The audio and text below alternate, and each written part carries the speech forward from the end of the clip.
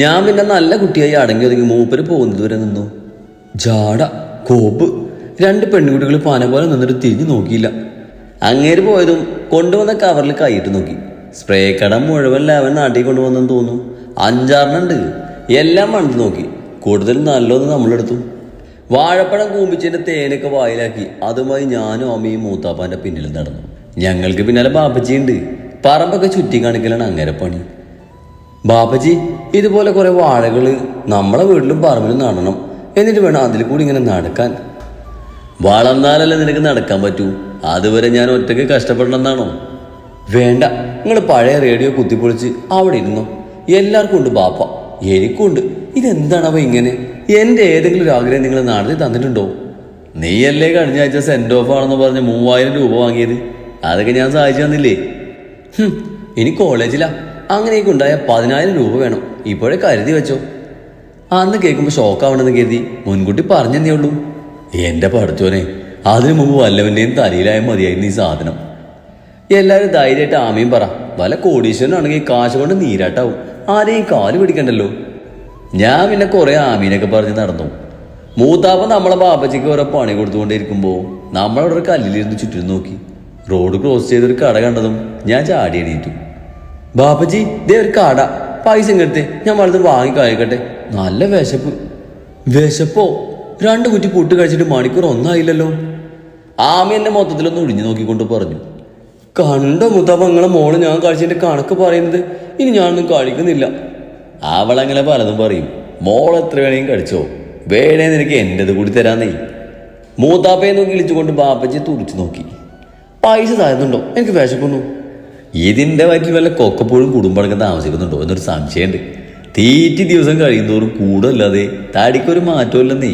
കണ്ടാ തോന്നും പട്ടിണിയാണെന്ന്. തീറ്റ ഞങ്ങൾക്കെല്ലാം അറിയൂ. ബാപ്പച്ചി കൂടി എന്നെ നോക്കി അങ്ങനെ പറഞ്ഞതും ഞാൻ മൂത്താപ്പയെ നോക്കി. പെൺകുട്ടികളാവുമ്പോൾ നല്ലപോലെ ആഹാരം കഴിക്കണം. നീ ആരെയും പേടിക്കണ്ട, എന്ത് വേണേയും കഴിച്ചോ. ആൻ്റെ ബാപ്പക്ക് തീരെ വിവരല്ല നീ. മൂത്താപ്പ നമ്മളെ വല്ലാണ്ട് സപ്പോർട്ട് ചെയ്തതും നമ്മൾ വീണ്ടും ബാപ്പച്ചി നോക്കി. ആമി, നമുക്ക് ബാപ്പച്ചിമാരെ എക്സ്ചേഞ്ച് ചെയ്താലോ? അതിൻ്റെ ആവശ്യമൊന്നുമില്ല, നീ എൻ്റെ മോള് തന്നെയാ. എനിക്ക് വല്ലാണ്ട് സങ്കടമായി മൂത്താപ്പാൻ്റെ സ്നേഹം കണ്ടിട്ടേ. പണം ചെലവാക്കാനുള്ളതാ ബാപ്പച്ചി. നിങ്ങളിങ്ങനെ പോക്കറ്റിലിട്ട് നടന്നിട്ട് പൂപ്പൽ പിടിക്കണ്ട. നമ്മൾ പോക്കറ്റിൽ കൈയിട്ട് 100 രൂപ എടുത്ത് ആമിയുടെ കയ്യും പിടിച്ച് കടയിലേക്ക് നടന്നു. ഇത് റേഷൻ കടയാണോ? ക്യൂ ആണല്ലോ. എന്താ ഇവിടെ ഫ്രീ ആയിട്ട് എന്തെങ്കിലും കൊടുക്കുന്നുണ്ടോ? വാ നോക്കാം. കഴിക്കാൻ എന്തെങ്കിലും ആയാൽ മതിയായിരുന്നു. ക്യൂ കണ്ട് ഞാൻ ആമിയെ നോക്കി പറഞ്ഞു. അവൾ എന്നെ നോക്കി കഷ്ടമെന്ന് കാണിച്ചു. ഐസ്ക്രീം വല്ലതും ആണെങ്കിൽ ഇങ്ങനെ വരട്ടെ നീ. നമ്മൾ പിന്നെ ക്യൂ ഒന്നും മൈൻഡ് ചെയ്യാതെ മുന്നോട്ട് നടന്നതും ഒരുത്തൻ. ഞങ്ങളും വാങ്ങാൻ നിൽക്കുന്നത് തന്നെയാ. പോയി പിന്നെ നിൽക്ക്. ഞാനൊന്നും വാങ്ങാൻ വന്നാലും നീ ക്യൂ കണ്ട് നോക്കിയതാ. എന്താ ഇവിടെ ഫ്രീ ആയിട്ട് കൊടുക്കുന്നുണ്ടോ? ആ ചോദ്യം കേട്ടത് എല്ലാവരും കൂടി എന്നെ ഒന്ന് നോക്കി. അപ്പൊ ഫ്രീ ഒന്നല്ല. ഐസ്ക്രീം ഉണ്ടേക്കാം? ആ ഉണ്ട്, പക്ഷേ പിന്നിൽ ചെന്ന് നിൽക്ക്. ഇതെല്ലാം കൂടി എടുത്തു കൊടുക്കാനേ ഇവിടെ ഞാനൊരാളെ ഉള്ളു മോളെ. അതാ. ആ മോളെ വിളിയും അങ്ങനെ ദയനീയ ഭാവവും കണ്ട് ഞാൻ അകത്തേക്ക് കയറി. പാവക്ക, ഞാൻ ഹെൽപ്പ് ചെയ്യാം. എനിക്കിങ്ങനെ കഷ്ടപ്പെടുന്ന ആളുകളെ വലിയ ഇഷ്ടമാണ്. ആളെന്നെ നോക്കിയപ്പോൾ ഞാൻ നല്ലൊരു പുഞ്ചിരി നൽകി. എനിക്ക് തിരിച്ച് നല്ലൊരു ചിരി തന്നപ്പോൾ തന്നെ ആ കട നമ്മളെ സ്വന്തമായെന്ന് തോന്നി. നോട്ടം മുഴുവൻ കൂൾ പ്രൈസ് ആണേ. എന്താ വേണ്ടേ? ഞാൻ എടുത്തു തരാം. ബില്ല് മാത്രം അവിടെ കൊടുത്താൽ മതി. നീണ്ട ലീസ്റ്റ് കണ്ട് എൻ്റെ കണ്ണങ്ങ് തള്ളി. എങ്കിലും നമ്മൾ ഓരോന്നായി എടുത്തു കൊടുത്തു. വല്ല ആവശ്യം ഉണ്ടായിരുന്നു. ബാപ്പച്ചിയെ ഹെൽപ്പ് ചെയ്ത് അവിടെ ഇരുന്നാൽ മതിയായിരുന്നു. ഞാൻ ക്ഷീണിച്ചൊരു പരിവായി. എന്താ മോളെ പേര്? ഇതിനു മുമ്പ് ഇവിടെ കണ്ടിട്ടില്ലല്ലോ. ഹായ്, ഞാൻ നീയ. മുമ്പ് കണ്ടില്ലെങ്കിൽ എന്താ, 2 മാസം ഞാനിവിടെ കാണും. വെക്കേഷൻ ഇങ്ങോട്ട് വന്നതാ. തിരക്കൊക്കെ ഒന്ന് കുറഞ്ഞപ്പോൾ നമ്മൾ ആളുമായി ഭയങ്കര കൂട്ടായി. ആമി പുറത്തുനിന്ന് വെയിൽ കൊണ്ട് മടുത്തപ്പോൾ എൻ്റെ അടുത്തേക്ക് വന്നു. ഇതാര്? ആമി മോളോ? ഇതാരാ മോളെ? ഇങ്ങേർക്ക് ഇവളെ അറിയോ?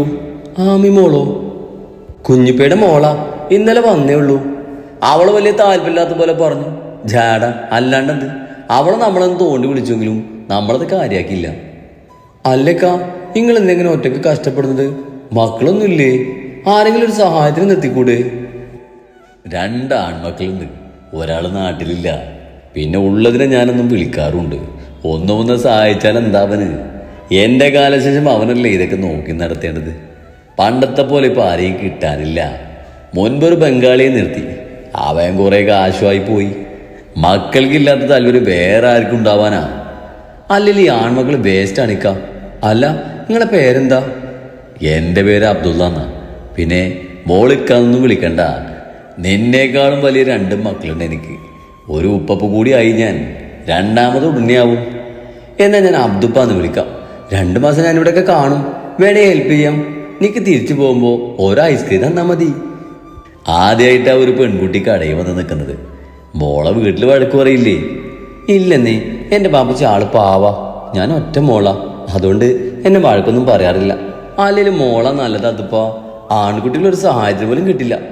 അല്ലെങ്കിലേ മോനെ 2 ദിവസം ഫുഡൊന്നും കൊടുക്കാതെ പട്ടിണി കിട്ടാൻ മതി. തന്നെ വന്ന് നിന്നോളും. ആമിന്നെ വീണ്ടും തോണ്ടി വിളിക്കാൻ തുടങ്ങിയതും ഞാനതൊന്നും മൈൻഡ് ചെയ്യാതെ ഞാനൊരാളെ ഉപദേശിക്കാൻ കിട്ടിയ സന്തോഷത്തിൽ കത്തിക്കേറി. ആദ്യമായിട്ടാണ്. അവന് ജോലിയൊക്കെ ഉണ്ട്, കുടുംബമൊക്കെ അവന് നോക്കാനും അറിയാം, ചെലവിനും തരും. പിന്നെ എങ്ങനെയാ മോളെ ഞാനവനെ പട്ടിണിക്കിടുന്നത്? പണി പാളിയോ? അല്ലെങ്കിൽ നമ്മൾ എവിടെ പരിപാടി അവതരിപ്പിച്ചാലും ഇതാണല്ലോ അവസ്ഥ. എന്നാ ഞാൻ നാളെ ആലോചിച്ച് തീരുമാനം പറയാം. ശരിക്കും ഞാൻ വന്നതിന് ഐസ്ക്രീം വാങ്ങാൻ വേണ്ടിയാ.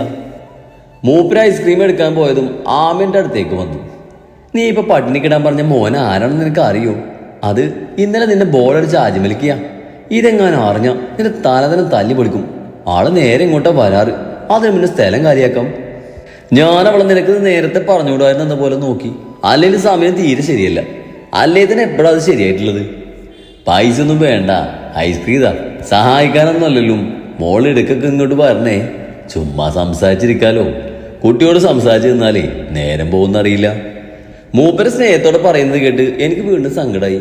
എന്ത് നല്ല മനുഷ്യനാ. ഞാൻ നാളെ വരാന്ന് വാക്ക് കൊടുത്ത് ഐസ്ക്രീം കഴിച്ചുകൊണ്ട് അവിടുന്ന് ഇറങ്ങി. ആളെ നോക്കി ടാറ്റൊക്കെ കൊടുത്തു. എന്ത് നല്ല മനുഷ്യനല്ലേ. എനിക്ക് ബാപ്പയായി തന്നില്ലല്ലോ അങ്ങേരെ.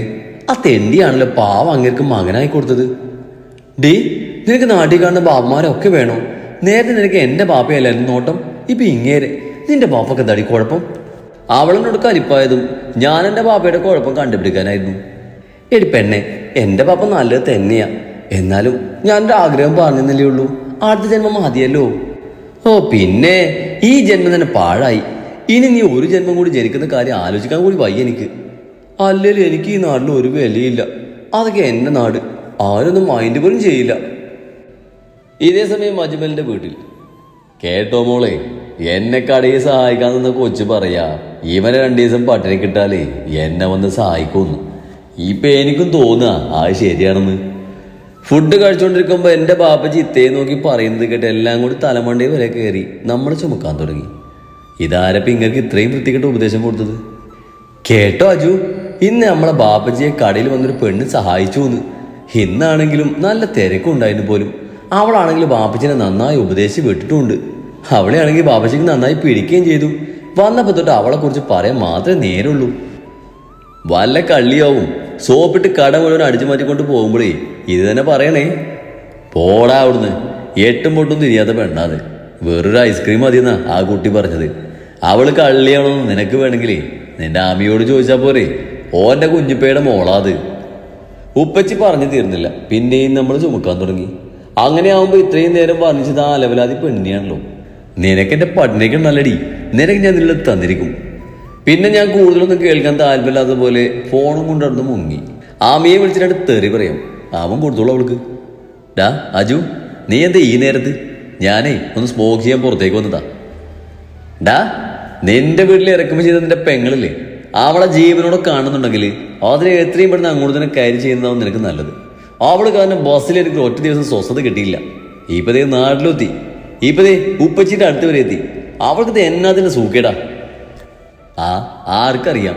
ആ കുരിപ്പ് ഒറ്റൊരുത്തിക്കാരനെ എനിക്ക് ഒന്ന് സ്വസ്ഥമായിട്ട് സ്മോക്ക് ചെയ്യാൻ പോലും പറ്റാതായടാ. അവൾക്ക് വേണമെന്ന ഡിമാൻഡ്.